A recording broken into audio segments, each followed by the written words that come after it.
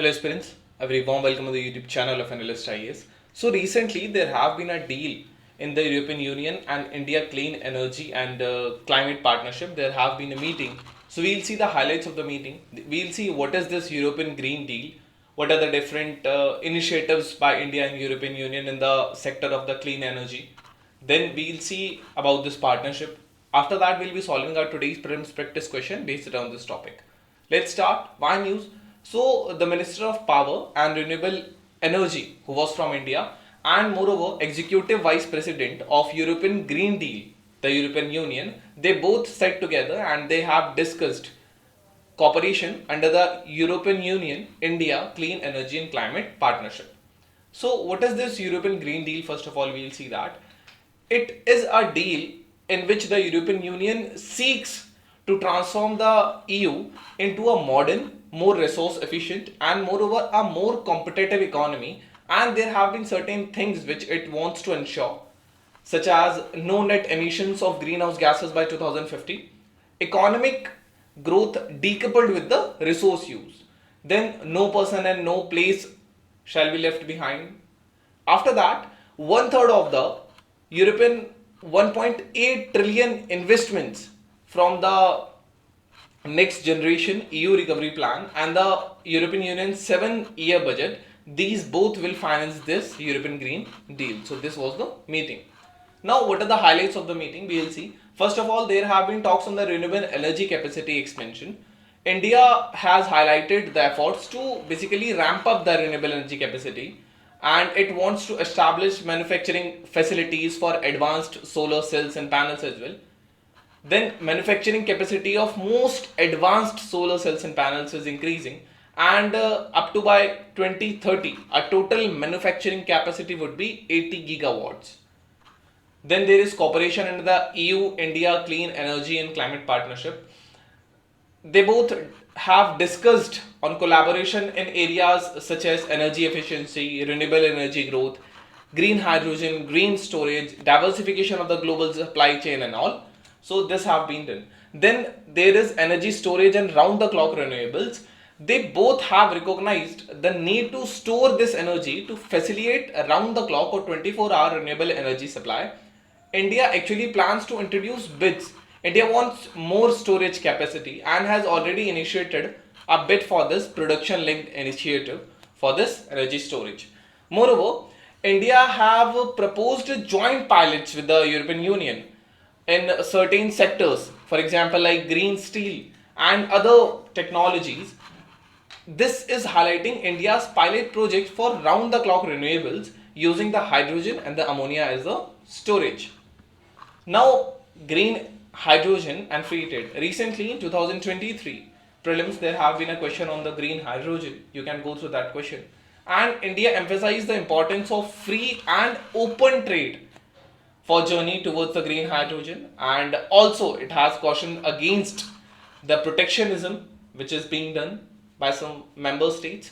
Then this mentioned India's plan to increase electrolyzer manufacturing. This is what India wants to increase right now, electrolyzer manufacturing capacity. Moreover, certain production link schemes would also be there. Then global energy efficiency targets are there. The executive vice president of this EU Green Deal, he has appreciated India's leadership in the renewable energy and energy efficiency as well. And both the countries, they have discussed the need to bring the agenda of energy efficiency to the global stage and also set global efficiency targets. Then there is grid scale battery storage systems and green mobility.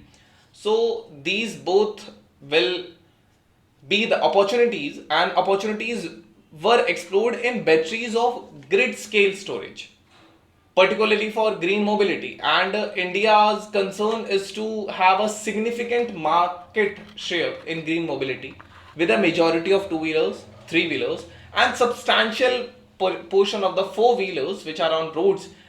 These are expected by the to be green or to be run by the green fuel up to 2030.